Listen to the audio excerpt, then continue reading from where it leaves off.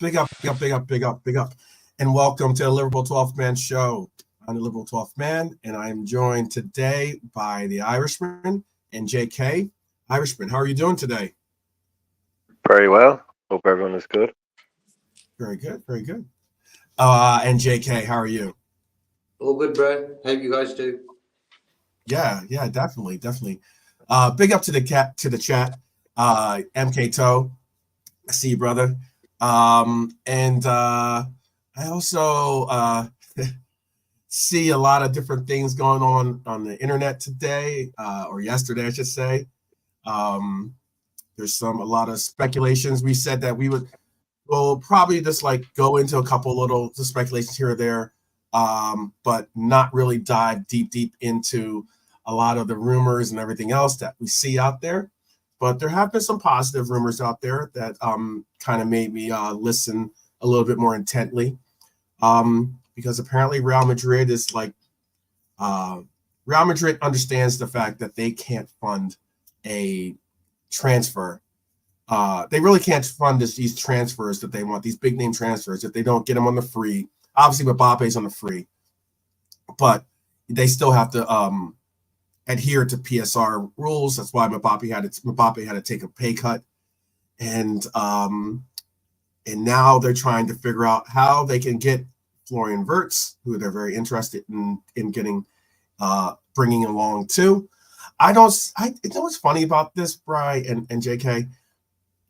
I just don't. I get that you want to get all these big names, and I'm sure a lot of these big names wouldn't mind going and playing for Real Madrid. But holy crap, how do you manage all those big names and try to get them minutes? Like, we have a goalkeeper that wants the minutes, and is on the verge of possibly leaving the team simply because he's not getting the first team minutes that he wants. I can only imagine being a high-power, high-priced name and being told, yeah, you know what, you'll have to platoon here, or you'll have to hold bench.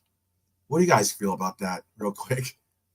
It's a very Real Madrid way of doing things, I suppose. If any club can kind of get away with it, but there comes a point where, from day one, I said, look, if they're bringing in Mbappe wants to play in that position that Vinny plays in, and even if he does kind of move inside, it's still not probably his ideal. So but look, he's going to eat that up to go to a club like Madrid, and obviously the money and the prestige and the wages. But then you've also got a kid like Hendrick that comes in. If you then put in a Virgin, like when you've also got I know other side, but you've got Rodrigo, you've got Valverde, and like you said, you've got to try and find the minutes to get these players. There will become a breaking point where somebody's going to have to go, or even like you've got a guy, basically they've got the best in the business for managing a dressing room like that at the moment. I think in Ancelotti, basically the best guy that can be manager of Madrid at the moment is just Carlo. It just works, and so. But again, there's every club has it. Like there's only so many players you can register. There's only so many you can do. So I'm not sure how much they're going to go there, how far they're going to go there for him. But surely it would mean selling one of the. I would have imagined like a Vinny or a Rodrigo. Surely there comes a point where they have to trim some of the fat.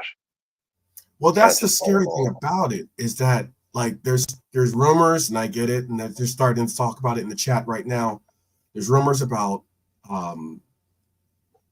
that Trent might go to Real Madrid, might push for might be up for a move to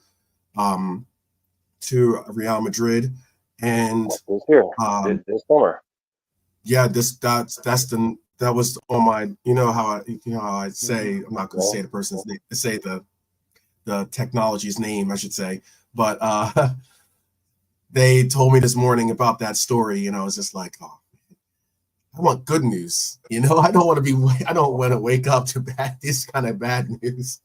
but there was some reports that he is open, and Real Madrid is actively trying to figure out a way to make it actually happen, whether it's possibly even a swap deal they're contemplating, and that they just that Rodrigo is apparently a name that has become disposable, I guess you could say, in that in the equation now, because they're going to have to make room up front. They're also they can only do so many 100 million £100 million or euro deals, to say the least. So yeah, those are the rumors. Now I don't want to see that happen. I know that there was also the rumors as well, or not the rumors, or at least the news was reported that even Virgil van Dijk, his contract negotiations are possibly going to be left to the end of the year. Another thing that I'm not necessarily very happy about to hear. I'd just like to get these deals done and dusted. I know JK can be very animated and with some of these dealings. What are your feelings on the Real Madrid talk, and also even with the Virgil's talk that I just mentioned? Like for me, if Trent was going to join Real, it's the perfect time. They were just won the Champions League. They've got Bellingham, they've got Mbappe, two of the best players in the world. So timing wise, it's sort of okay for Trent to leave in that way where Klopp's left now, so he's got an excuse. If Klopp was still here, different story, I would believe. Because Klopp's left, it sort of gave the ball to him to sort of say, you know what, Klopp's left, I want to go as well. So that's like one part of it. But for me, I don't really like. We've got we've got the lad at right back to replace Trent, no problem. But the thing is, when you look at Trent as a footballer, how much is he worth? You're talking about 140, 150 in my eyes. Because like for me, he's the diamond in our club. Age wise, ability wise, he's up there. Salah's a little bit older now, but like when you're going to look at selling someone for big money, Trent is the go-to guy, in my opinion. But for me personally, I don't want him to leave. Trent should be at home now, considering what's his. If he leaves Liverpool, I don't think there's no way back. I think that's going to be cutting off all ties to the club. Us fans won't really. It'll be a major blow. Yeah, it'll be a major blow. Yeah. So for me, Trent has got to seriously think about what he wants to do next. Does he want to stay, fight for being captain next, and be at Liverpool for the most of his career, or does he want to go to Real Madrid? Maybe win Champions League, no doubt, no problem. But that's the question he's got now. If he wasn't a Scouser, it wouldn't really mean that much. If he was born in London or something, he wanted to go. You could understand it a little bit, But because he's a Scouser, it's a little bit difficult for me to understand that one. He could double his wages. Because like we remember the show last week where we were talking about the Real Madrid players. Well, earning over 300 grand a week. Right. So he could double his wages and go there. I think we double them. I think we would match what they would pay him on a wage if we were renewing him now. I don't think we're going to. You see, I said it about 6 months ago. I said, look, everyone does a lot of thinking for players, and they do a lot of thinking on their behalf. And nobody knows what Trent wants to do from their perspective. From their perspective, especially. No one knows what Trent wants to do in his life. And he's won everything there is to win at Liverpool. He's won the league. He's won the Champions League. He's won all the cups. So who's to sit there saying he didn't grow up as a kid going, what's your dream, Trent? Well, I'd love to go to Liverpool and like win everything and then go and play for, I don't know, like Real Madrid or Barcelona. Maybe just his dream as a kid, How we don't know that. and he's now at a position in his life where, see, you're talking 1 year left on his deal, which is why I've Yeah. always been worried about how he allowed it to get to 1 year left on his deal. If he Yeah. wanted to sign up and stay here for life, he signs up. I think we match the wage, especially if they have to pay a fee for him. If they get him on a free, they're going to offer him stupid money, yeah. But if they Yeah. have to pay, we can match the wage that they would have to then go down to, you know. So I just think the ball is very, very much in his court here. So if he leaves, that's on him. I'm not putting it on Klopp going or anything. Like, he's been offered a deal by the club. If he doesn't want to stay at Liverpool, it's Liverpool FC, not Klopp FC. If he doesn't want to be here because the manager isn't here anymore, okay, fine. Do you see it? Do you see it like a Steve McManaman type situation, or do you see it even as like, or would you even see it as like a?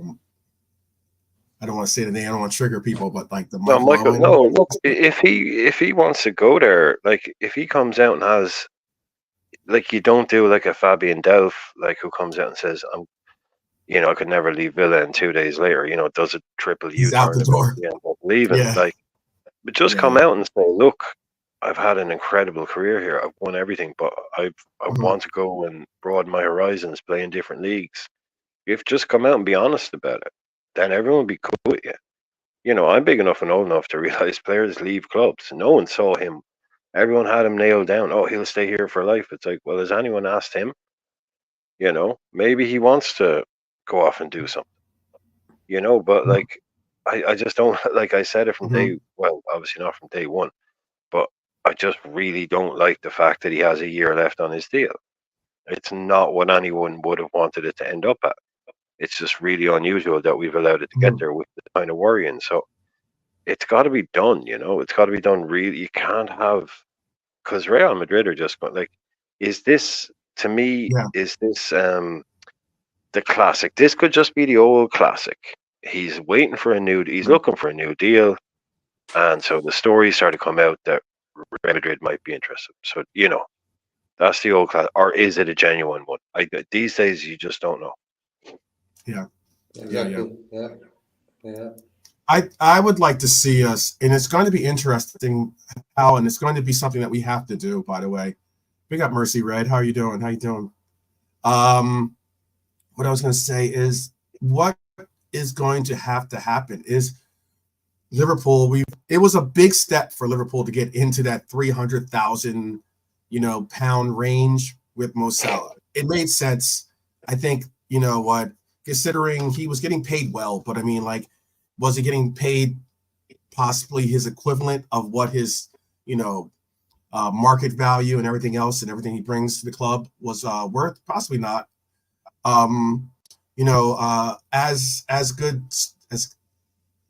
As good businessmen, you want to try to, keep your expenses to a minimum, obviously. But we're going to see probably two or have three possible players that now make 300,000 plus. Very similar to what you see with City. And I get that, like, some of the salaries don't look so phenomenal, but a lot of the times they were so incentive based. So, like, despite the fact that someone's making 150,000 or 160,000 or something like that, they could well earn over 200 some odd thousand. And especially a lot of those deals were getting made because we were in such a great position, of doing well in a lot of different competitions, if not in the league itself. So it's going to be very, very telling what kind of contracts they end up making. And I don't know if that's the big reason why they want to hold off on Virgil van Dijk possibly for the summer, is if they want to decide if they want to invest that 300,000 into into someone going into their close, rounding out into close to be their mid-30s. And with Trent has got to be, you've got to picture and figure out, okay, who are going to be these talismans for the club, I think, personally, excuse me. And I think that Trent is one of those players that you could certainly say he's one of those talismans, So I think, yeah. I think Marion knocked the nail on the head. He could just want more money. So, like he's got 1 year left. So maybe he wants to stay at Liverpool and probably wants an extra 100 grand a week. 150 extra a week. He's on 140, was it, Brian? I think we talked about last week. Was it 140? Yeah, well, yeah.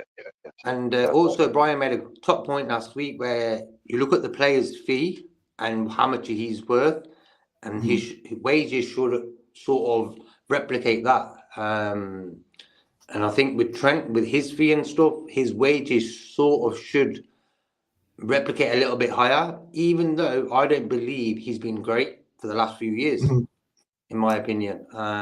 He was good when he came on the scene, bang, bang. He was on fire, He wanted to show the world who Trent Alexander was. He got into that comfort zone where he hasn't really been great. Last season, he showed he wasn't great. He was okay, But I feel 1 year left on his contract. It's your opinion. But I just feel with 1 year left on his contract, it's the choice between staying or going, and that's what it's all about. If he stays, he probably wants an extra 100 grand, 150 grand a week extra to get up to Salah's wages. He's wanting Salah money. Yeah, he's wanting Salah money. Yeah, he wants Salah money. Yeah. Definitely. I mean, maybe even a little bit more. I think he's going to have to get. I think he's going to want something. And this is, look, I wouldn't think that there's any bit of a difference between athletes really when it comes to, their pursuit of wealth and acclaim and the riches and fame. But I know that here in America, especially, like, the basketball players that I know personally, they all know what they make. They all understand. They all have an idea of like, oh, so-and-so is making this much. I should make that much in their own minds. That's how they look at it sometimes. And that's just an athlete's kind of concept. I don't think it has anything to do with, what's that? Yeah, no, too right. You got these boys out there going, wait a minute. He's on what? Exactly. And I'm on what? Yeah. You serious? Yeah. Like some guy will go to a new club, he's like, I'm twice as good and he's on 20 grand a week more than me. Yeah. I need to sit down with someone over here. I need to be sitting down with people. Yeah, that's it. Yeah. Just the first call. So you're on the horn with your agent and like, what is this all about? Even Ronaldo did it at Real Madrid. He he tried to he basically kicked up a stink about Real Madrid buying Gareth Bale at the price that they bought him at, because it meant that they paid more for Bale than they paid for him. Which I can believe. He didn't want them. He wanted to be the record player. He wanted to be the record signing, the record. The highest. He wanted to be the most expensive signing, the most highest paid player, everything. He didn't. He was like, that really pissed him off. That's how. Yeah, now that's an extreme example, obviously, with someone like Ronaldo. But he was just like, nah, just can you release it at like 6 million less? Right. It doesn't exactly help too when you try to like relate it to a lot of new players that we brought in. It is relative to what your transfer price was that you got brought in at. But like I just saw Gravenberch's name get mentioned by Daryl, I believe, at 140K. I mean, that's a wonder kid that was making, but he was one of the unique things about football, at least in Europe, as opposed to like other leagues or that are just, or other sports that are somewhat more centralized in sole countries. You have a system where Real Madrid's paying crazy numbers to their players, absolutely. And then you look at, I remember one time we were going down the list and we're saying how many players make over 200,000 or something like that. I think we were going to, or maybe even 180,000, somewhere around those lines. And a lot of the teams were these bigger name teams out there, and what was funny about this is that if you go into Bayern Munich, or if you go into a Real Madrid, or if you go even into a Barcelona, like you're not, you get to a place and point where at times you're not even competing. If it depends on how much you want to make, sometimes you're not just competing against your own league and the competition that you're going to have to deal with in your own league to hold on to talent. You're also dealing with the competition of other leagues, other teams, other big names that have monopolies or have definitely a certain vantage point in their own leagues of being able to command and pay, and sometimes overpay, very, very much so. So it's a situation where I'm hoping that we do the right thing. I think that we will. I've seen different reports out there. Again, this is why I said it's all speculation. None of us can get into the heads of these players to know what their family is asking for, what they personally are wanting. We don't even know what the team necessarily is trying to emphasize as being what they want to do. So this is all speculation, but obviously we're all speculating what we would want to see. Obviously, that's what we're just speaking on right now. But I would segue into. I mentioned City, and what was very interesting is there's a few City content creators out there that kind of make it very difficult to have any sympathy for City. And why I state that is because I happen to get YouTube happened to, I guess, push one of these feeds my way. And look, I definitely watch a lot of, and I watch a lot and support a lot of the content creators, regardless of whether they support me or not. I still support them because that's just my nature. So I watch a lot of Liverpool stuff, but I also watch a lot of you got to do the op reconnaissance. Speaking of Dara's in the house, big up Dara.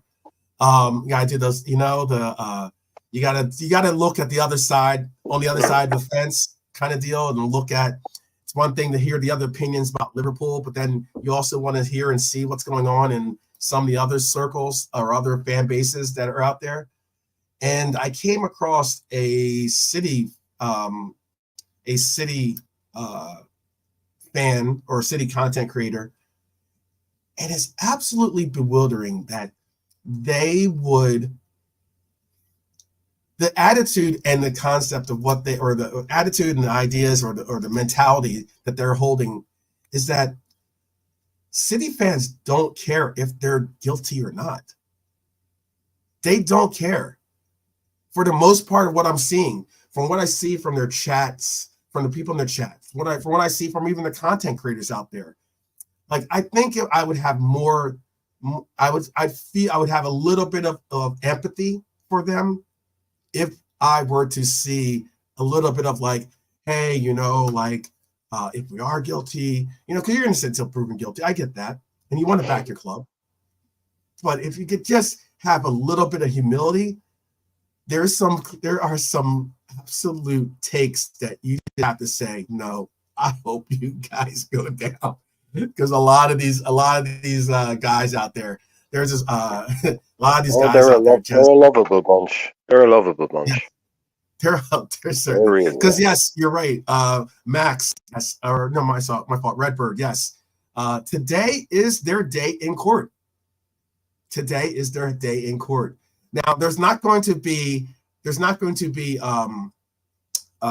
cameras in the court. I believe you guys don't do any of you guys don't have cameras in the court at all, really? Is that what it is? You don't ever have cameras in the court, really? That's not a thing in But they've Europe. got cameras. Yeah, but they've got cameras for every 11 people in England, though, on the streets. Yeah, I know. I'm about to say, it's not like you're I mean, like practically every corner of No, London has got a it's camera not on a thing. it some way or another. Yeah, they don't. It's yeah, that's not a thing. Basically, they may do one day, but at the moment, that's not really a thing. Especially that's not like elite. That's like a tribunal weird thing. Like, they're not going to pay to have cameras and all that stuff. Mhm. There's some Mhm. 6 guys in an office, and I trust that they're not all sitting there like pretending to have a trial, and they all agree at the start that we're going to do this, and it's all fake. Like, I trust that what goes on in there is what goes on. That there's Mhm. Mhm. individual people in there, so I'm not going to sit there and watch it. But no, it's not. I mean, cameras in trials, maybe something, but no, that's not a thing Okay. that happens here. Well, I say here. I mean, in Ireland, So I mean, look, I mean, not ever since I should say, but certainly one of the biggest trials here was the O.J. Simpson thing, and I mean that was televised, and you know, oh. there's even Well, I court know it's not TV. even every state in America does Yeah, allows cameras. it So I know it's depends. not Yeah, it even. depends. Yeah, It varies. It varies by what yeah. state. So Yeah. it's just basically over here. It's just like they don't have it. They don't do it yet. But I mean, yeah, they do it inside. Like it's on, but it's yeah. It's But I their believe the day in cameras. court. No, sorry. Go ahead, JK. Sorry. Yeah, but I also believe, bro. Yeah. I was just saying that I believe that the cameras in the US with Mhm. the aftershocks of what happens in the court, it's all like dividing, Some Mhm. guys will Mhm. say this, some guys will say this, and then end up arguing all the fucking time. So for me, hence why America uses cameras in courts. Why? Because after, everyone will just argue with each other about that case. That's what I think. But in Yeah. England, Yeah. they don't do that. It's an island, It's a small Mhm. place and stuff. But the US, big time. Like with the OJ case, for example, the Mhm. aftershocks was it? It was like racism and this and that, and big soap opera. Well, No, that it kind of is. It Hence is. why It is. countries It do it. is. It is. if you Yeah. hadn't had that, I don't want to get off on it Yeah. differently, It but is. Yeah. I got too big that a OJ tangent. trial basically invented reality TV. I mean, there was no reality Yeah, TV before that OJ trial. yeah, Pretty much yeah. after that, people were Mhm. like, I don't want to watch. What's the point in watching some fake cop show when I've just watched the realest shit you're ever going to Yeah. see, and Mm-hmm. it's unbelievable. People were Yeah. like, I want Mm-hmm. real stuff now. It's like, yeah, of Yeah, no, course, I mean, it's look, the still Johnny like Depp the Amber Heard thing, but thing was televised. You're right. I mean, that didn't. I yeah, didn't even it's a know if big that one. necessarily had to be televised, but it was televised. Yeah, California, different story. Yeah, and that California, was yeah, big different Yeah, story. put everything on camera in Yeah, California. Yeah, yeah, yeah, yeah. but You won't bro, get the death penalty, but Hollywood. you're going on TV. Yeah, Yeah, exactly. everything. It's Hollywood. So you get Yeah, what you yeah, get. but Johnny Depp thing with that woman and stuff, that was just Mhm. like to get the feminists all like on a mad one as well. Yeah, he's a man and he's like this and that and blah Mm. blah blah. Another agenda-driven case. And that's why they show these sort of big cases now, because the aftershocks of it all is people just arguing with each other. So Well, yeah. yeah. I understand. Before we go too far into a tangent, because yeah. On I the didn't want to subject of start people talking arguing about, with each I other. didn't want to talk about Amber Heard and Johnny Depp and For Man City. OJ. I don't want to talk about any of that stuff right now at all. I was just asking why The you guys juice don't have is on the loose.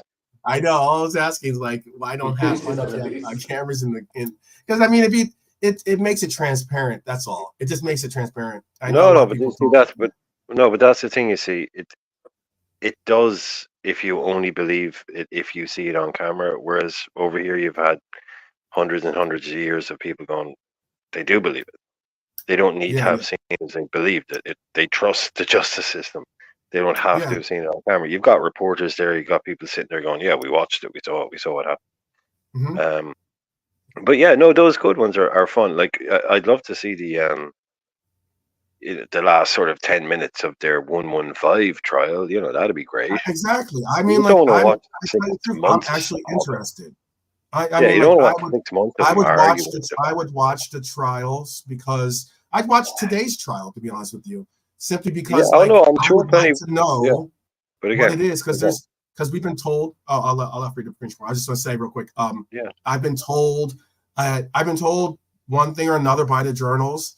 I've been, we've heard a lot of these city fans, and I have some clips actually that are some interesting clips because again, I told you how the one guy is, the one guy is a pretty, he's one of the guys that gets a lot of one of the bigger names of the city content creators, and the guy that he had on was a quote unquote lawyer. I don't think he doesn't do exactly that kind of law, but he was actually speaking from a lawyer base, at least on the program.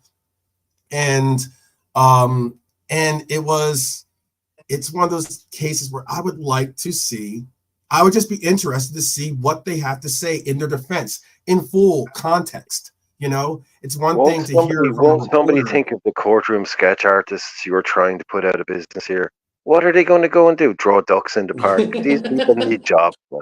These people need jobs. Hey, there you go. The courtroom sketch artists, man, they need jobs. The courtroom stenographer and all those people like that. Yeah, I got you. Yeah. 1-0. It looks like Netherlands up. Javi Simmons. All right. But all right, let me. So why I was saying about it is this is the Mancunian Way is the name of this guy's channel, and so it's not Big Steve or or LB. Those are the two other names that I predominantly hear a lot.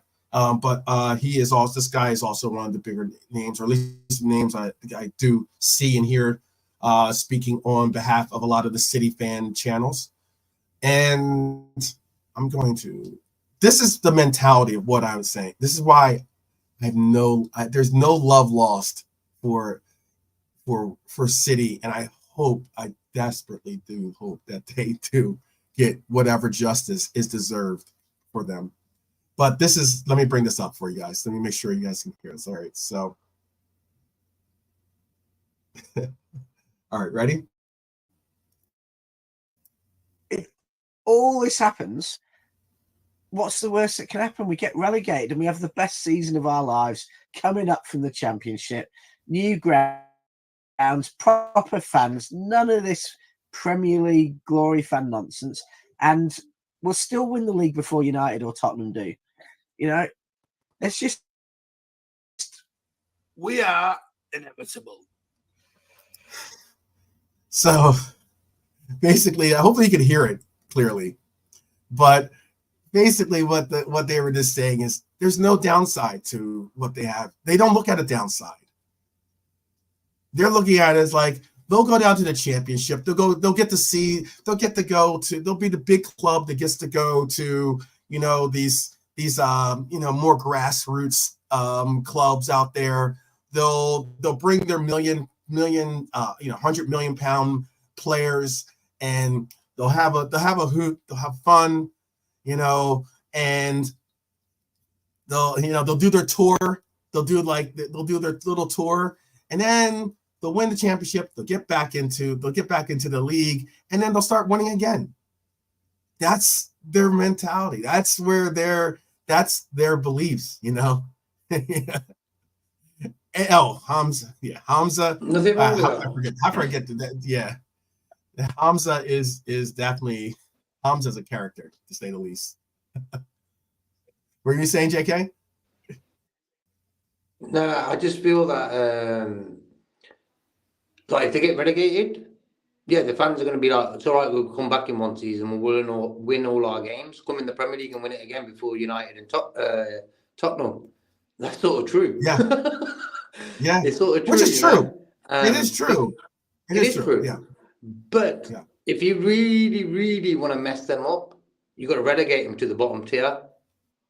Start from the bottom tier like they did to Coventry. Mm-hmm. Coventry got relegated to was it the second last tier or the last tier? They got relegated, but they got back up. But they did it to the small clubs. Everton, 8 points away. Forest, points away. City and Chelsea, scot-free. So we'll see what sort of ridiculous punishment they'll get. But I believe that they're too valuable for the Premier League for them to mess that up. with that connection with Man City. Man City are a big name now, you know. Yeah, Look at yeah, their manager, yeah. one of the best in the world. So it's a Well, that's why I it's a think, if big anything, They're acquisition. taking yeah. Yeah, sorry. shots, though. Finish your thought. They're taking shots, What's aren't that? they? They're taking What? shots at the foundations. Oh, They're coming absolutely. in, and you know, they're everyone say, you know, they're like, again, when people talk about the Premier Oh League, goodness. what you talk about Mhm, is the member clubs. It's the 20 teams mhm, that are in the Premier League, and they all get a vote on something. It's mhm, not some mhm, separate organization called the Premier League. It's literally just all the clubs that are in the Premier League. And if they want to do something, they have to get a certain number of votes, called democracy. mhm, If you're a City fan, you call it the tyranny of the majority, which is an mhm, interesting spin on what we've called democracy for thousands of years, since the mhm. Greeks invented it and everybody decided it was a pretty Boggles bloody my good mind. idea. Boggles my But mind. They can even say that. yeah, but City don't enjoy this idea. They don't. They want it. They want to try and convince people that democracy is actually a bad thing, which is so insidious and so dangerous and so disgusting that I don't even like talking about this club anymore. But Right. this is what should happen. You have a bunch of clubs that get the vote. If they don't want to do it, City only have one vote. They got one vote. That's it. Yeah, So yeah, if yeah, they yeah, don't like things, you should be able yeah. to stop these guys. So what happens is when basically they're saying we did nothing wrong, right? So first thing you have to do is prove that yeah, they Mhm, did do it wrong. And then you can introduce the the sporting punishments, those punishments. But first of all, they have to break down that barrier of them saying we did nothing wrong. So you can't label any charges as. You have to break down that bit mhm, first. So this is where this is monumental, but they've already come out. And the idea that like these guys, like they come in, right? And don't forget, this isn't just about Man City. This is about any club, any owner mhm, that takes over a mhm, failing team, and they promise and they talk and about investing money in the local area and the local community, and they build a few little skate parks or they build a few green areas. They don't give a shit. Do you think the guy that owns Man City ever wants to be in Manchester local area around that? He doesn't care. I He think he's doesn't only care been about there. I it. think he's only been the owner or she has only been there Doesn't like care. twice. I think. Yeah, I think he's been these there. guys do not care, right? They act like they care and they come in, we're going to do this, we're going to do that. What is the first thing that they do when they say that these guys with endless amounts of money, unlimited money, what's the first thing they threaten to do? Oh, well, look, if we can't do this, then we're going to have to cut back, and we're going to have to cut back on community spending and the Mhm. women's team. What a bunch I of. mean, you're fortunate. You're fortunate to even if that's the case, because I know here in America they'll say, "Oh, you don't want to give us what we want? Okay, well we'll go to a city that does." Well, yeah, but There's I been wish they teams that have would. backed I up. wish they would. There's I wish oh they yeah, would do that. Yeah, but they're yeah. going after the local community. They're saying, "Oh Mhm, yeah, no, all that stuff we said we're going to build and do, and oh, all those nice things. Oh, the big bad Premier League has forced us to stop spending money on that. Get the hell mhm, out of town. Get the hell out of town if you think anyone with a brain is falling for that. Oh, we have to cut spend on the women's team because that's woke now, right? You'll all be annoyed mhm, about that, right? This is mhm. so horrible the way they act. Honestly, if these guys were in charge of our club, I I wouldn't be on this channel. I'd have my own channel slagging them off every night, telling them to get the hell out of Liverpool. Honestly, how these Man City fans stand up for this crap, it Well, that's boggles the thing about it, my mind. Brian. I got to remember which I had three other clips or three other timestamps Yeah, run them, segments, run but them. These guys are off their head. yeah, there are some of the takes that you will hear these guys do are just bonkers to say the least. Because that was a take. There was an actual viewpoint that one of them brought up, that he made the point of saying City is not doing this for City. City is doing this for the league. City is taking up this fight against the Premier League for the league, for the little teams out there. That was the words. That's the mentality that these city guys are putting out there. That was what they said. This guy literally said that this effort is not about city. It's about the league. And how like he's saying how he believes that city should want, or not only city, but every team should be able to spend whatever they want. You should not have to, we shouldn't have any competitive competition or trying to like, have a market where, they somewhat regulate, these scandalous implications of what or allegations, I should say, of what city have been chosen to do. It is absolutely mind-blowing to hear that this guy said he's doing it for, like, this isn't for city. This is for us, apparently. That's at least their mindset. I was just like, really, dude? It's for the kids, it's for world peace. Yeah, exactly. Yeah. Exactly. It's for the green party. Absolutely incredible. Absolutely. They're just trying to end global warming. That's all they're trying to do. That's all. That's all they're trying to do. All. Their next sponsor is going to be like Greenpeace or something, right? About rainbow colors, yeah. Exactly. So here's wait, we did one more. Let me see if I can find that clip, because that clip was hilarious when he said. I was like, he said that, and I'm like, how can you say that with straight face? But let me see if I can find his other clip real quick. Let me see. This is the other one I wanted to bring up. Let me see real quick. Oh, let me make sure I have it here. This was funny. This is really funny. If you want a cycling example of what fair play is saying, right, you're really rich and you're the richest cycling team, therefore your bike's allowed to weigh 10 kilos. But you're over here, your cycling team's not very good. So to help you compete with the good team, you've got to carry 30 kilos on your back when you're going up Alpe d'Huez. And what City are being accused of is that we have inflated how good we are to try and get 30 kilos out of the backpack so that we can actually ride the same bike in the same way as the best teams. We have not, in all this irony of cheating, we have not got any advantage. We have allegedly, even if we're guilty of everything, all we've done is spent the same as United and Chelsea. So,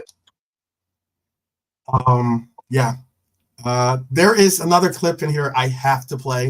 I'm gonna find it real quick for you guys. There's a clip in here.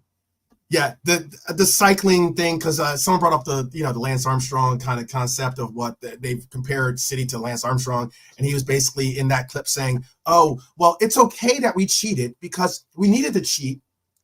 We needed to cheat so that we can keep up with Chelsea and we can keep up with United. So it's all good. It's all good.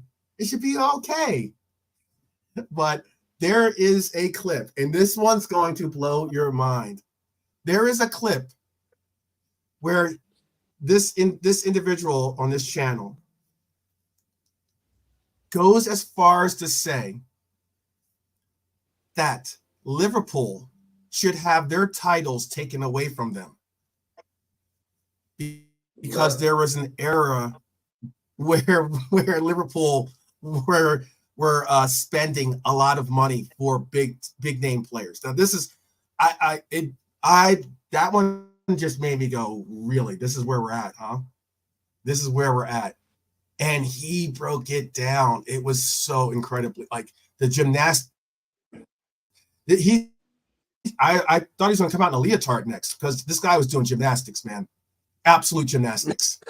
Incredible gymnastics. Okay, so I think this is the clip. Hopefully this is it. Let me play this for you guys out there. This is something, because I don't want to, like, I don't even want to necessarily send you guys to this guy's page so you can get his views up and everything else. There's no need in that, because this is absolute buffoonery.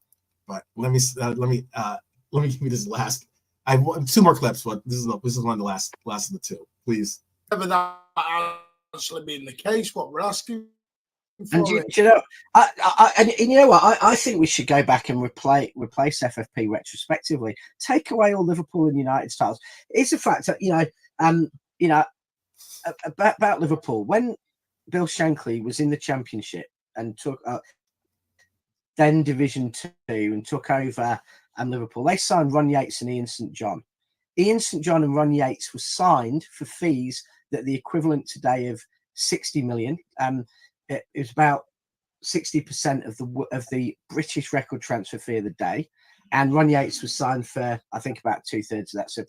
So basically, Liverpool built what they are today and all their success on injecting in money and signing players as a lower league team Dogs that about were 60 and 40 million.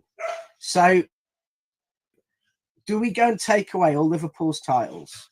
Do we go and take away United's titles? Because United are where they are today because they went public whilst owned partly by the media company who set up, or effectively put in all the money that set up the Premier League, and became very rich very early because of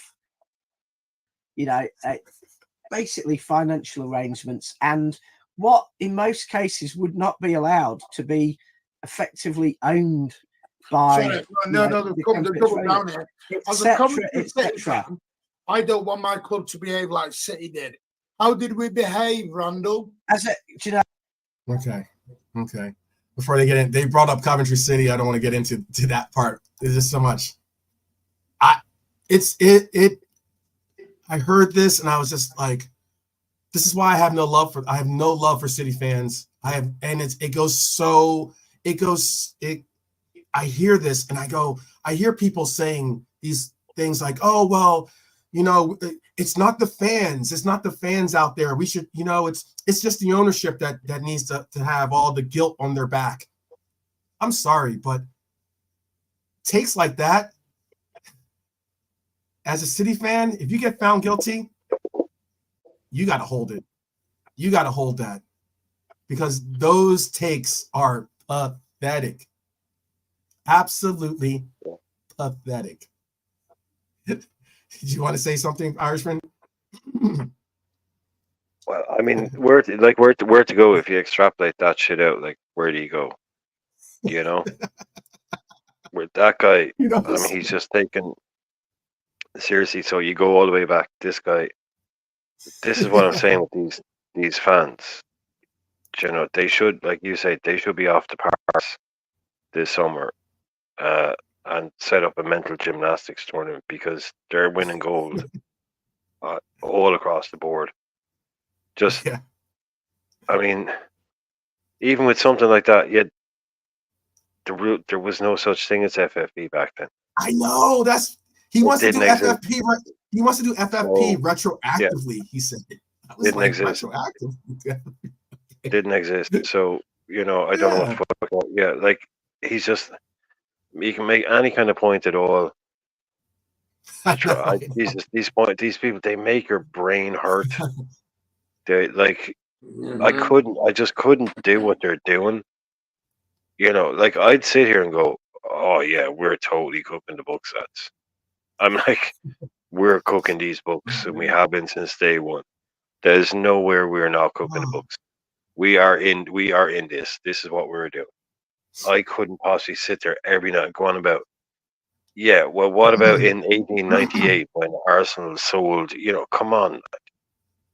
These guys are, and we're only successful we've only been successful because, I mean, even to repeat what he said is embarrassing. It's embarrassing. That is embarrassing. Guys, they're embarrassing themselves. Right. How low, like they're so, like just to sit there and suck on that money pipe and just tell everyone that they're not there, that they're not being basically CUCK'd. This is what these people are. They will say anything and do anything to defend these people who would, in a heartbeat, pull the plug on their club. Yeah. They Man City won the money lottery. These people didn't want Man City. They wanted a club. Yeah. And if Man City hadn't, they were going to buy someone else.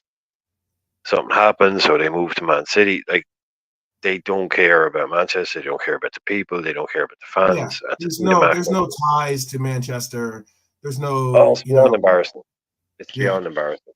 There's no ties to Manchester. There's no, like, it's not like this is some, billionaire that came from, the streets of Manchester and, got his riches and wanted to, like, own his city club. No, it's not. And it's why I go and say it's why I continue to say there's parts and points with whether it's Chelsea, whether it's City now, I have no love for some of these fan bases because they look at it as they know they're guilty, but they don't care that they're guilty because it's like they got to steal, and they don't, now that they're driving around in the stolen Porsche, they want to say, oh, you expect us to give it back? You expect us to feel bad for that? No, that's not the case. Absolute shite to believe that someone, and again, they all are. There's a building momentum of a contempt that they have against other fans that have, albeit have prejudged them or have already either used the court of public opinion to say that, yeah, we don't believe you. We do think that you're possibly guilty. You're innocent until proven guilty. I get the whole concept, but I don't think you're still open. You still can have an opinion. You still can have an opinion, and my opinion is, from the things I've read and the things I've seen and everything else. And again, I'm not a lawyer either, but I just can't. I just can't with these guys. You want to say something, JK? I don't know if I don't know if the chat feels the same. Hopefully the chat. I mean, you're welcome to feel the way that you want about this, but hopefully the chat. I'm not alone on this in the chat. What Brian just said, a guy from Manchester didn't become a billionaire and thought, you know what, I want to go and rival Manchester because I supported City as a kid and United was always big, and I'm getting sick and tired of it, so I want to go and buy Man City now. What they did before that was they seen Liverpool on one side, they seen Manchester United on the other side, thought, you know what, we'll go there because Manchester is probably the greatest. Liverpool and Manchester, the greatest cities in England for football, even bigger than London. So they thought, okay, strategically, we'll pick Man City. Why? Because Manchester is known around the world because of Manchester United. Man City, perfect. So in that way, they properly chose that club perfectly to get the name, So if they bought Forest or someone, or even a Norwich, they wouldn't have all. Pep Guardiola wouldn't be in there, I don't think. This is Manchester, a big city, Manchester well known around the world because of football. They chose Man City. So, but for me, the way they've done it, like when you look at Grealish, he cost 100 million. He gets paid about 300 a week. So that's a lot of money there. And what's he do? He sits on the bench. That's the difference. Yes. Yeah. Yeah. Yeah.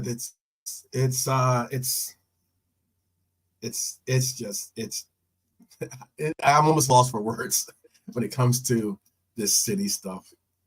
I'm almost lost for words. So maybe get on some other interesting news. A lot of these stadiums nowadays are multi-purpose. They're trying to create multi-purpose stadiums. We spoke on Tottenham's stadium, for instance, and how they, and it goes to show you again, there are just some of these fan bases are just, I like to think of I like to think that we have some good stewards out there that try to at least hold the good ideals of what it means to be a Red. And what I mean by that is there was a conversation being had by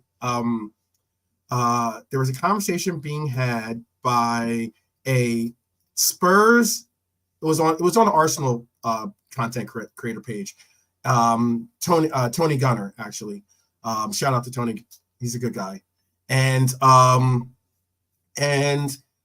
he had a Spurs fan on, and this Spurs fan was talking about, I guess if you're a Spurs fan, do you get to a place where you haven't won something in so long that you can just, that's where you get to, this guy was calling, basically, he was using the word, I guess dusty is what some of the kids like to say these days about something being like not really like I don't know, old and decrepit or being not worthy. But he was going and saying that the only titles that he's interested in winning is the Prem, or obviously the Champions League. But he was calling the FA Cup and he was calling the League Cup a dusty cup. He doesn't want those cups. He doesn't care about those cups. And he's not the only Spurs fan I've heard say that. And some of this, I've even heard Arsenal. I believe it was Gunnar Lee was downplaying the League Cup and everything else. What is going on? I know I got on a little bit of tangent. I'm going to talk about the stadiums in a second, but it just came to my mind about this thing. It's one of those cases where I'm just like, is that where Spurs fans are today too? It's because I need to. I guess I could reach out to one of my because I like some of the Spurs fans. I like some, shout out to Jacob, and just a girl who likes Spurs. I think her name is. She's a nice lady too over there. Got her own channel. Some of these guys I like interact with them. Jacob's here in America, United Spurs of America, right? The good guy.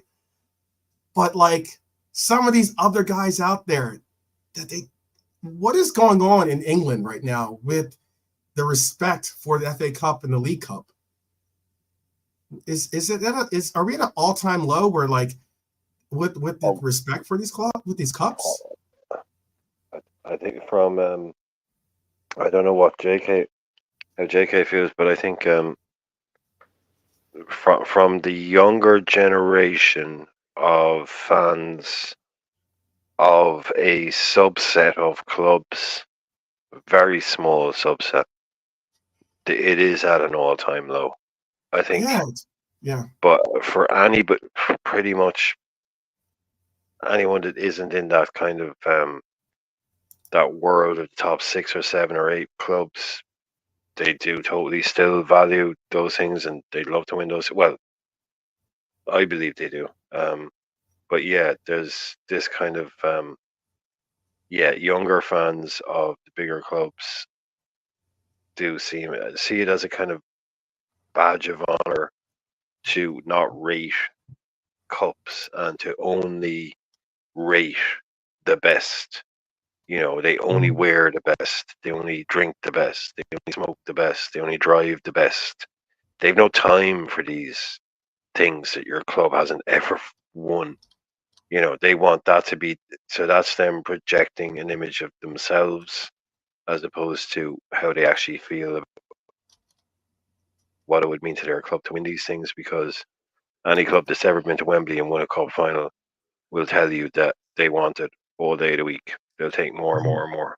Anyway, we're not interested in that. I just think it's pure braggadocious nonsense, really. Most clubs out there, fans of clubs, pretty much outside of, like I say, those, they bite your hand off for a club or for a cup. And they'll probably say, well, that just makes them a small club. And I'm like, well, you can just go F yourself because you support Tottenham. So I really don't know how you're getting picky and choosy about what you consider worth winning, because that's insane for a club like them. Yep. for any club to denigrate any of the 4 trophies that we have on offer, or if you're lucky enough to be in 4, when you start the season, you're in 2 cup comps. We built our history on, like Bill Shankly said, Liverpool exists to win trophies. He didn't say Liverpool exists to win trophies, but won them cups, only the good ones. Yeah. That's it. That is I'm not alone in hearing that. I did see that honesty, so I do have backup to say that I'm not just making things up just to get more pick at fans or pick at other fans and such. But yeah, it's one of those cases where I heard him say that and I go, that is such an incredible. I mean, it's one of those places where maybe you've been a loser for so long that you've just accepted that it's either everything or nothing. Do you know what he sounds like? Do you know what that guy reminds me? It's that guy who goes home on his own from the nightclub. Every night, every Saturday night, he goes home on his own, and people are like, "Oh, you went home?" And he's like, "Yeah, there's no one there good looking enough for me." Right. You know. Yeah, Dua Lipa didn't show up yet. Yeah, I'm just holding out on Dua Lipa. Yeah. 2 years later, he's still going home on his own every Saturday night. Oh, no one good looking there. No, okay, cool.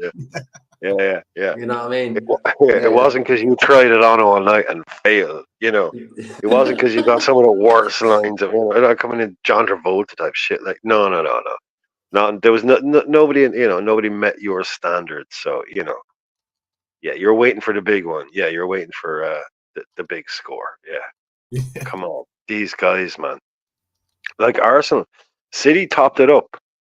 Every year, City topped it up with a League Cup. They won like 4 out of 6 or something like that. Yeah. They're just winning the League Cup. They're playing like they just topped up their totals.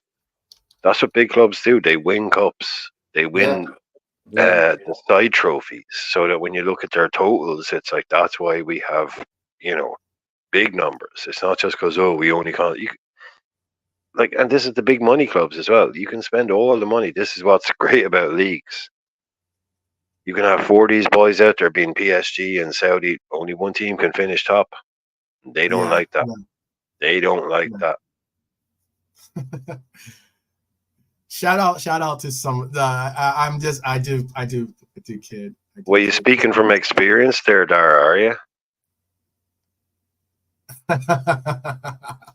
I'm not even gonna bring that comment up. I was just referencing. Big up to Lisa, by the way. Welcome, Lisa. Hi, Lisa. She was asking, can you imagine Spurs champions wall? I think it's a notepad. I don't think it's a wall. Whiteboard. Yeah. It's one of those with those detective sketch pads or detective notepads that just like tapping. Oh man, I can't with these Spurs. I can't. It's all love. Oh man. But yeah. It's a growing mentality though in the league or in that league. It's with some of the younger, especially the younger fans, especially because obviously Spurs have won things before. It has been a long time, but they have won things before, and it goes as far as yeah, not really. No, they won they won 3 cups. They won a league in the 60s. Yeah, they won a corner at the weekend. Yeah, there you go. Mm-hmm. Yeah, they won a corner. They won a corner. Yeah, They'll take the wins where they can get them. That's basically what you're saying.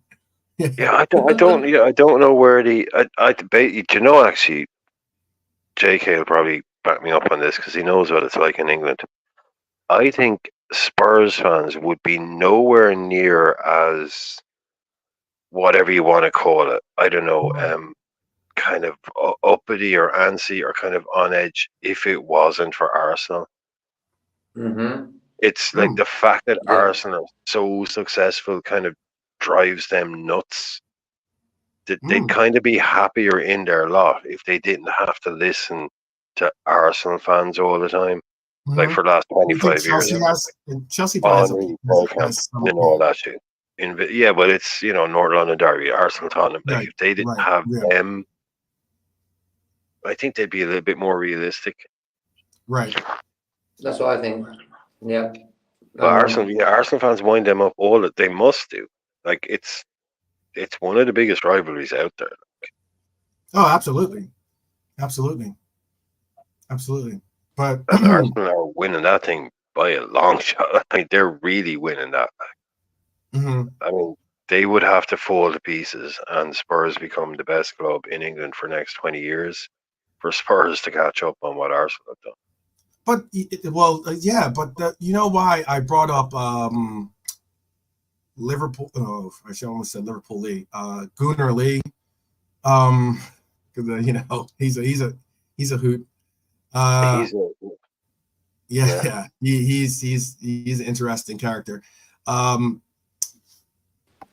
With Gunnar Lee, he basically was, there was the argument about obviously there's argument about who had the better season, and his argument on saying how Arsenal has had a better season and how they're in a better position than Liverpool and how they're this and that, and how even he went as far as even to say something on the lines of Arteta does compete or is in the conversation, or you can have a conversation with Arteta versus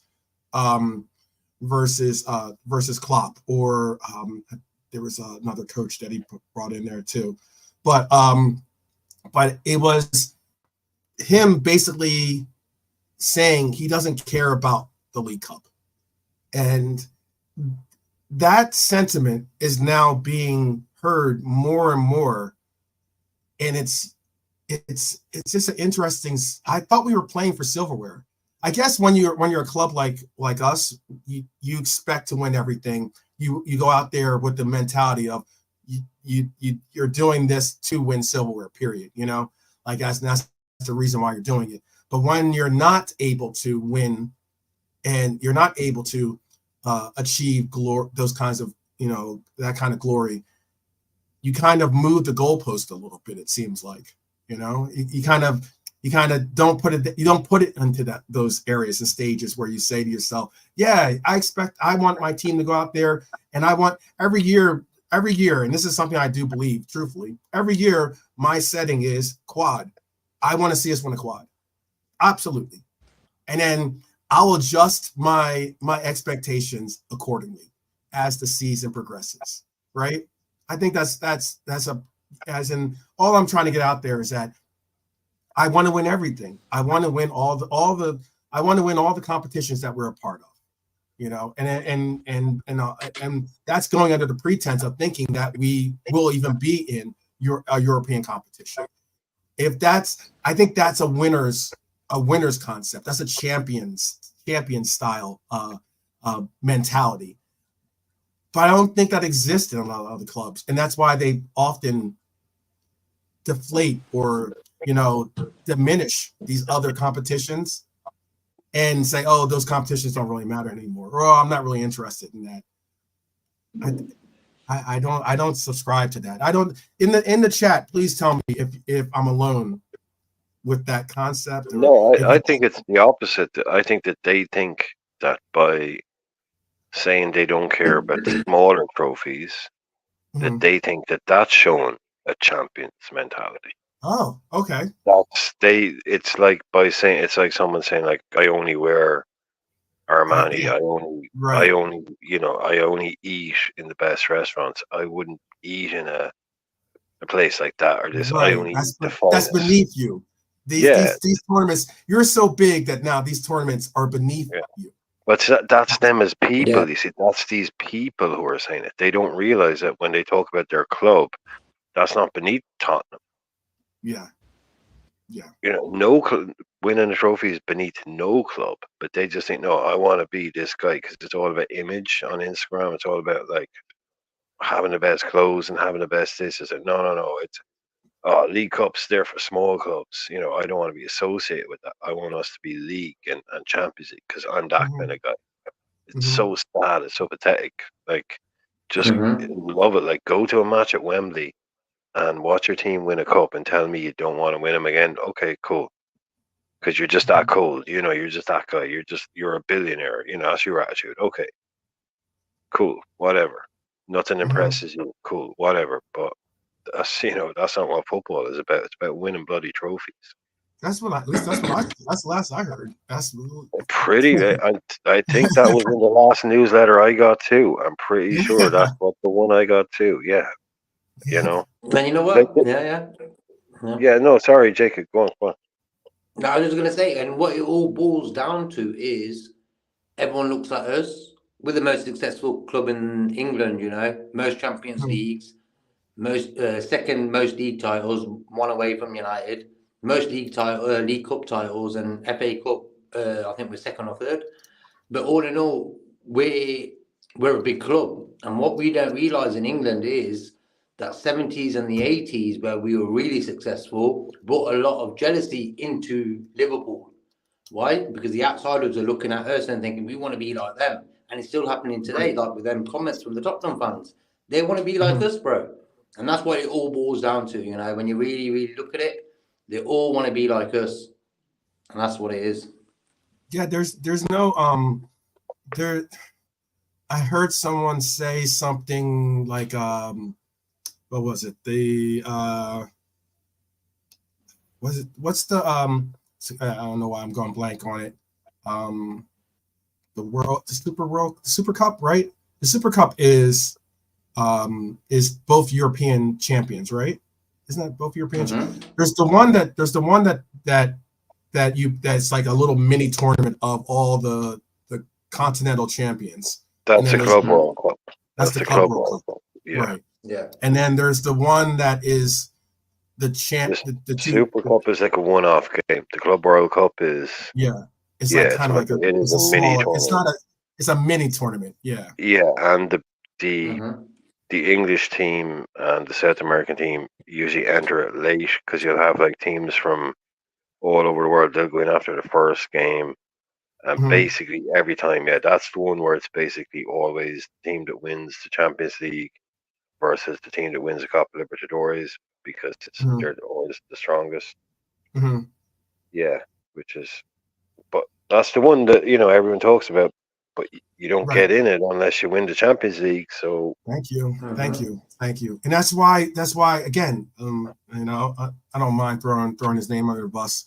Gunnar was diminishing that tournament because he was making, or not even just that tournament, the one-off that you spoke on, the one-off tournament where there's like, it's just the champion, the European champion versus I think the Europa champion or something along those lines, and like and he was trying to make it sound like, oh, it's not a big deal because it's only there's no like process to get there other than you're the champion. And I'm like, that is the process.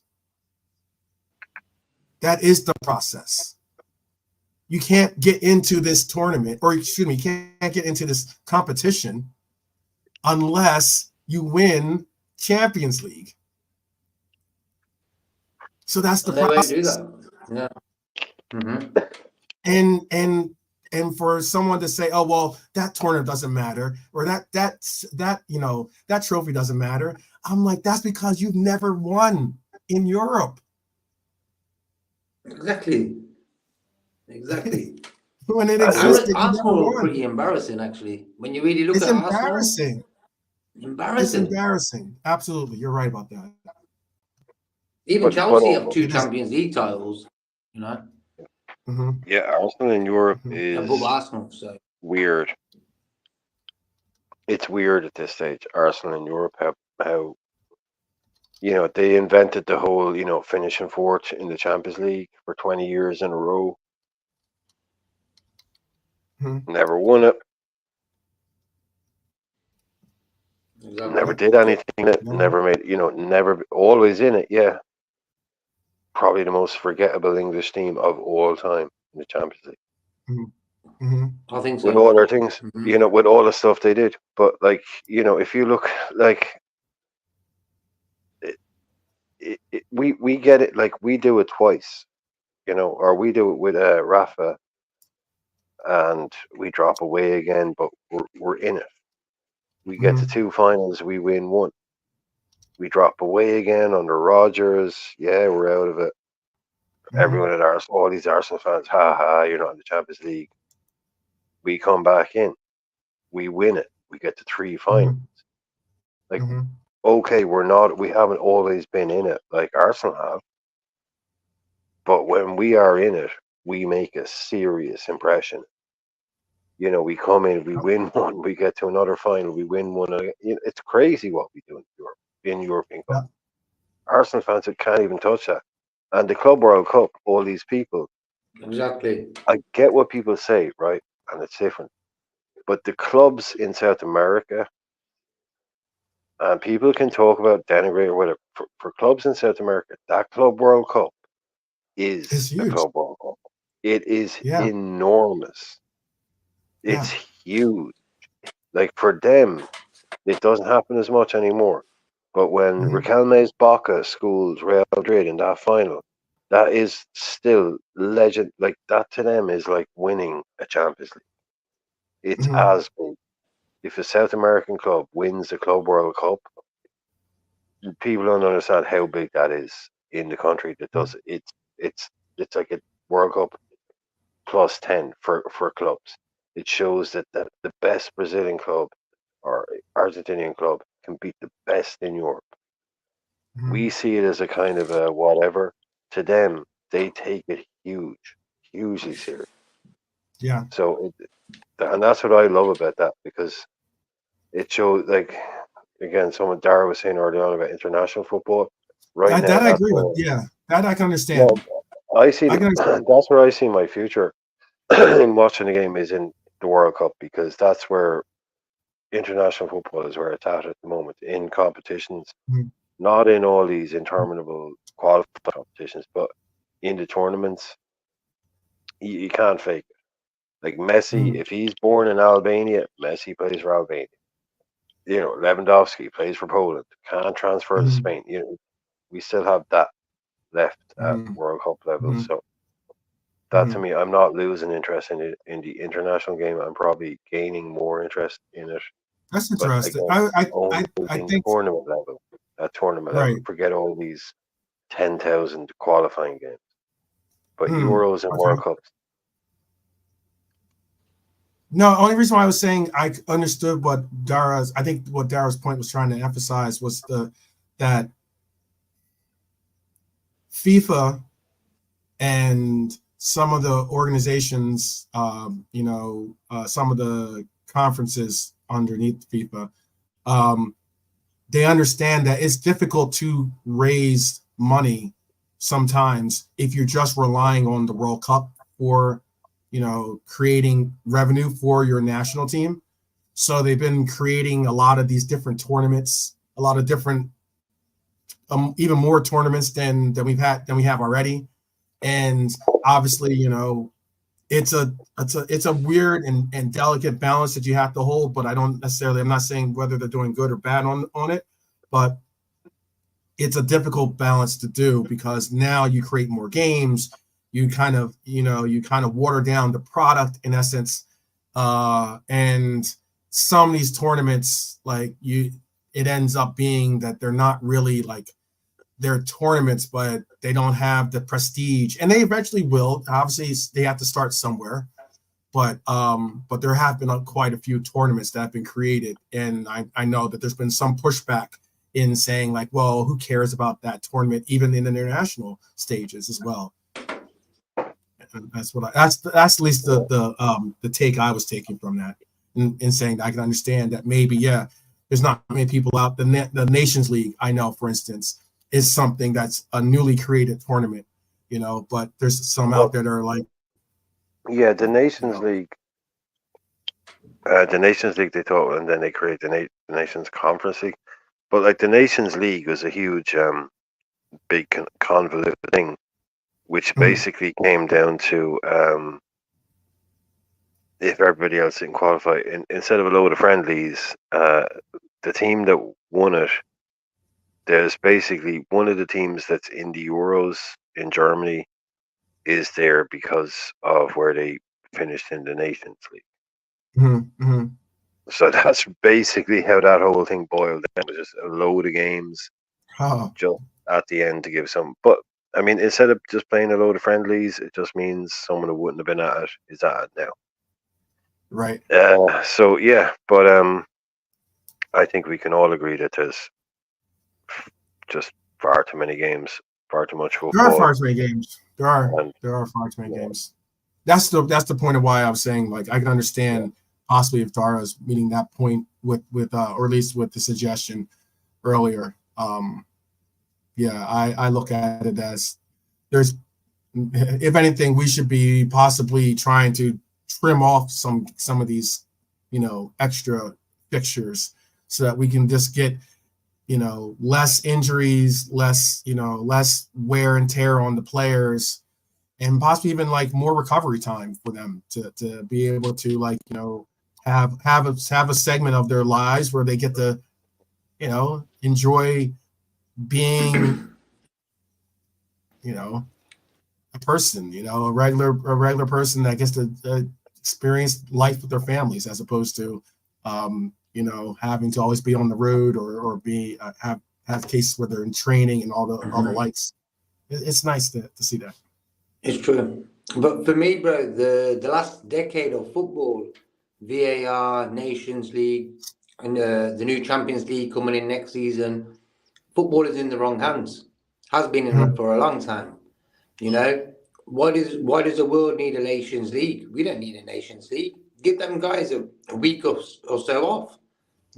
Light training maybe in the camp or whatever. But we don't need no Nations League. And I think we're going to do a program about the new Champions League format. Another idiot in a room thinking, how can I make the Champions League more exciting, for example? So for me, football has been in the wrong hands for a very long time. But for me, I remember Brian was telling me about Sweden stopped VAR. They don't want it. And I thought, okay, maybe we will follow suit in England. Never happened. No, Only Wolverhampton Wanderers. Only part's gone. Wolverhampton Wanderers out of all the teams said, we don't want it. Yeah. And I was like, where was Liverpool's vote?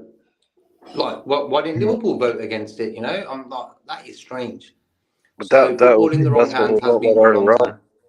about the Premier League. Yeah, they put it to the vote, and yeah, it was literally the only one that voted yes on it was Wolves. Yeah. So it was like literally 19. They lost it 19-1. Not one other team said, "Yeah, we want VAR gone." Yeah. So yeah, well, considering so many, I mean, like it is considering they already put in the money to like take out the seats, put in the cameras. They're probably thinking like, man, I don't have to go through that again. I'm not trying to, maybe that's one of the reasons. Who knows? But they didn't ask for the fans' vote, though. Yeah, they didn't ask for the fans.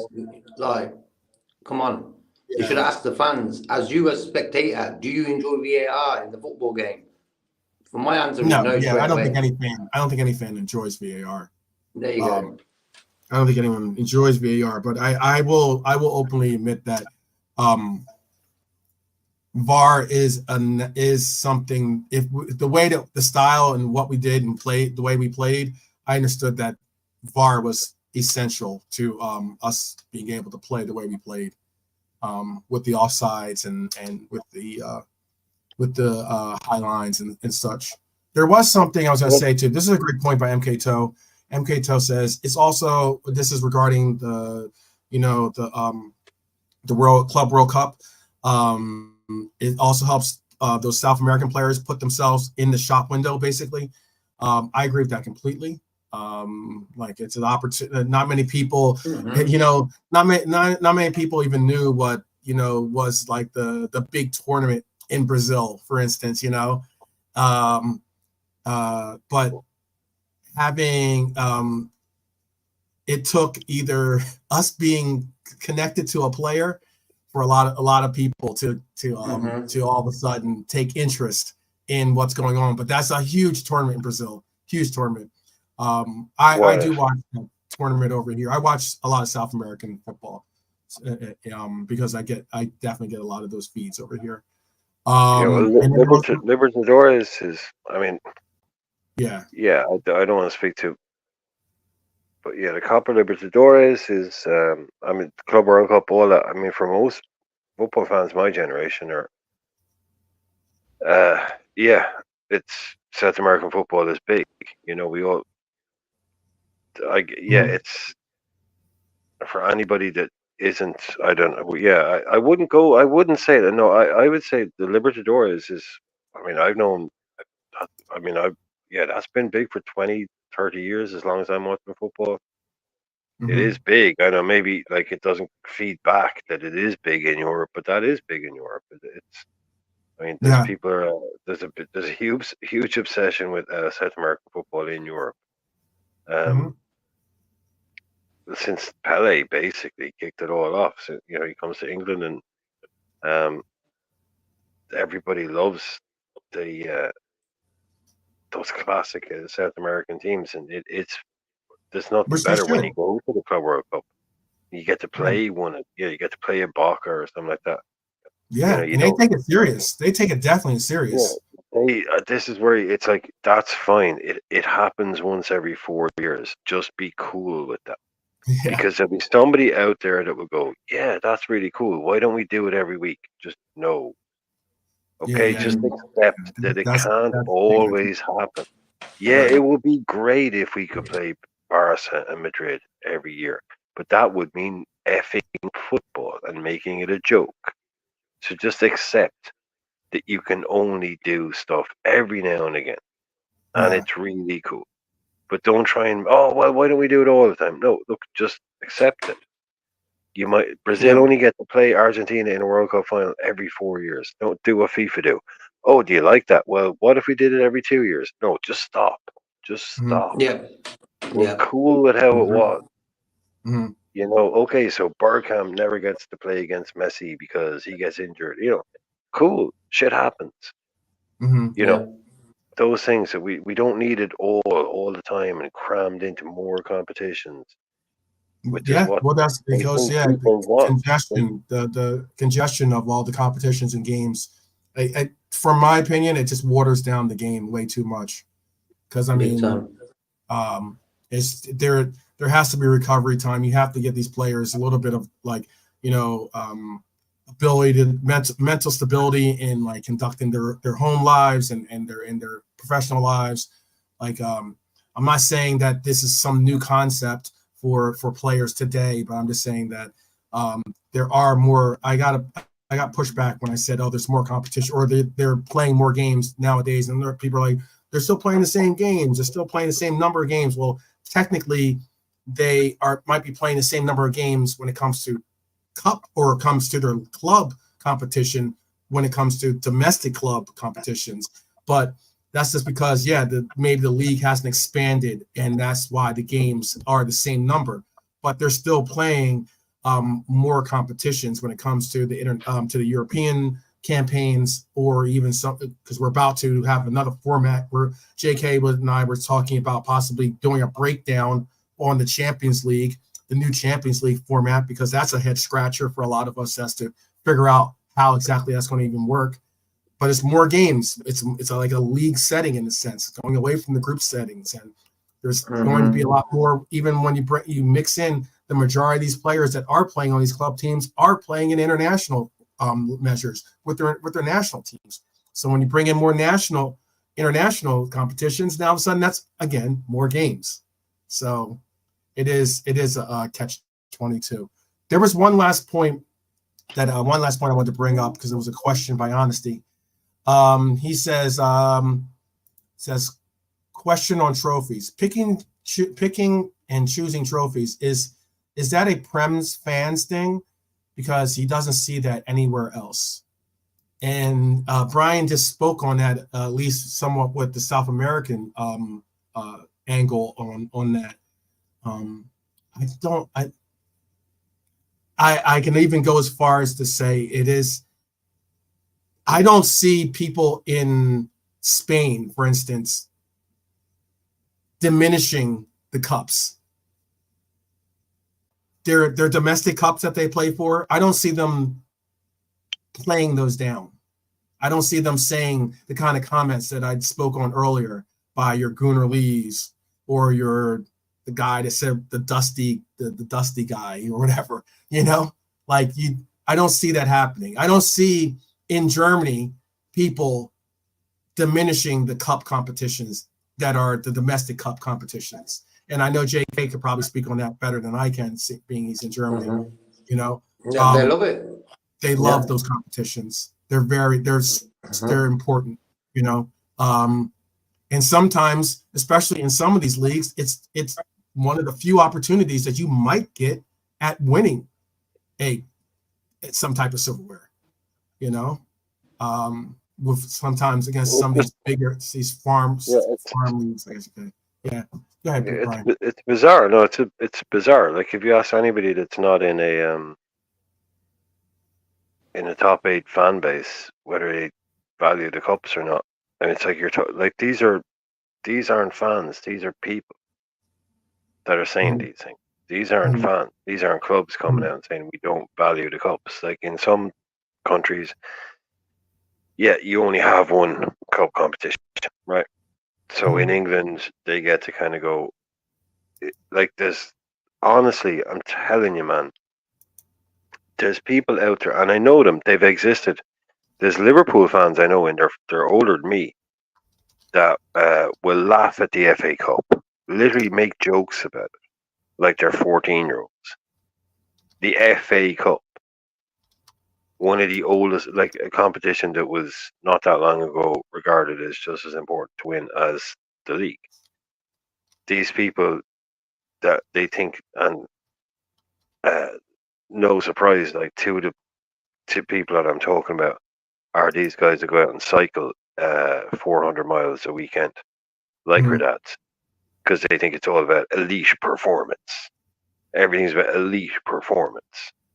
They think the FA Cup is for troglodytes and idiots, not realizing that it creates some of the greatest footballing and sporting stories of the last 50, 60 years. No, it's not good enough for them. They only like the top 99.9% of performance, that kind of stuff. Get out. I don't care. Like, that's not what football is about. You see those FA Cup days, the BBC goes to these tiny little grounds. That's what football is about. Man United having to go to somewhere with no hot water and a terrible pitch and still show how, all this kind of stuff. Taking you out of your crazy little, bubble of Hollywood perfectness and making you play the real game at freaking, Redford United in the 4th division. This kind of stuff. If you can't take that once a week, if you're too good for that, then what are you watching? But I guarantee you there when we're at the final at Wembley, we're hosting up the trophy. Oh, you're there then, right? It matters then. Definitely. These guys. These weirdos, man. Yeah, and Dara, I'm starting to worry about what you were watching, mate, on YouTube. What you're watching on group. I don't know what videos you were watching, man. I'm laughing out loud to Honesty's comment, by the way, about Spurs fans being like, being like, I need $1. $1 is what I need type, and then you give a $1. People, man. I don't know. Like, I meant $10. Yeah. Oh man. But so we're gonna land the plane here, because we're all up in the Monday Night Club, dealing with the 50 cents out there, the haters in the clubs, basically. You got to deal with some of that. We got to shoot that down. But oh man, oh my goodness. Is there anything you wanted to say to the people, JK, before we allow for them to go on to their final destinations? No, it was a great in-depth football chat about a lot of things that's wrong with the game. I think we could, over the summer, we'll probably go more deeper into the subjects and stuff, but it's good to show fans that we care about the game more than a lot of fans, Me personally, for me, the football has to have a basis of respect and a level of, I don't know, where the Nations League, when you look at it, is very complicated and headachy, and we don't need that in football. this new Champions League format, also the same. So over the summer, we'll probably jump in on them topics and we can talk about them. Agreed. We'll also do I like the fact that we are I like to think and believe that we are a fan base that sets the bar when it comes to fan bases. That's my personal opinion.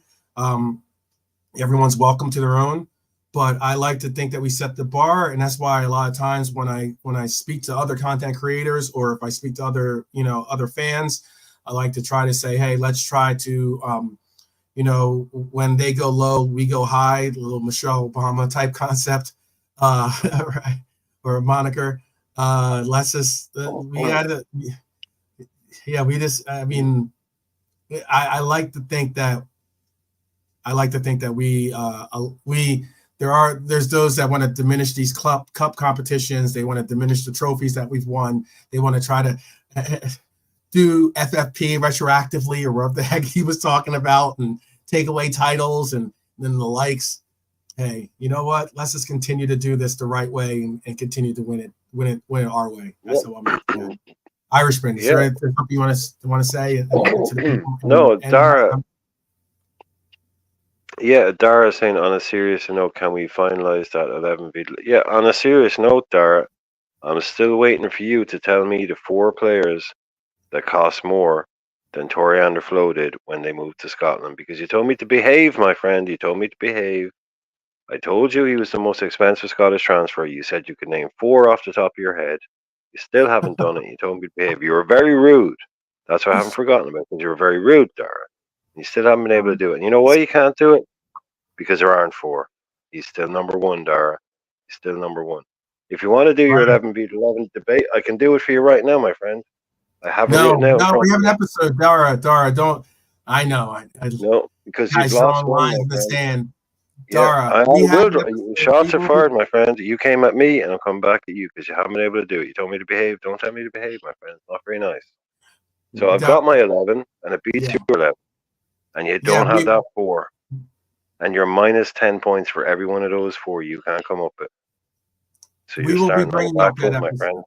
We will be bringing up an episode. We asked for ideas from the chat, and we're still open to ideas. Again, if you have ideas for shows or parts segments of shows that you'd like to see us do, definitely put them in the comments, and we will do it. Send them via email, or send them via Twitter or X to me, and we'll work on seeing what we can do to best continue to be a channel for the people. But yeah, big up. Nalante, big up, brother, big up. Oh, Nalante, hope things are going well with you and the family as always. Nalante, definitely big up. Bless, bro. Yeah. Yeah. So it's a school day in Nalante. That's all it is. It's a school day, my friend. With that being said, we're going to allow for you guys to go on to your final destinations. We will have a show tomorrow, a little Twitter Talk Tuesday, or Twitter Takes Tuesday, excuse me. And also, I can't emphasize this enough, but please do continue to take care of yourselves, continue to take care of your loved ones in your lives. It's important that you understand the concepts of family, or the constructs of family as well, because without it, we are nothing. I think I honestly do, and I believe I definitely appreciate that. I have great men and women that are taking this journey with me with this club, and I appreciate each and every one of you guys out there. Appreciate the support. Appreciate you guys sharing this, commenting, hitting the like buttons, rising up, to basically not leave me alone when I take on some of these other content creators out there too. When we get into the arenas, and I really do value that. And whether our opinions differ, I still enjoy the discourse, and I enjoy the journey of learning from you, and hopefully you learning from us.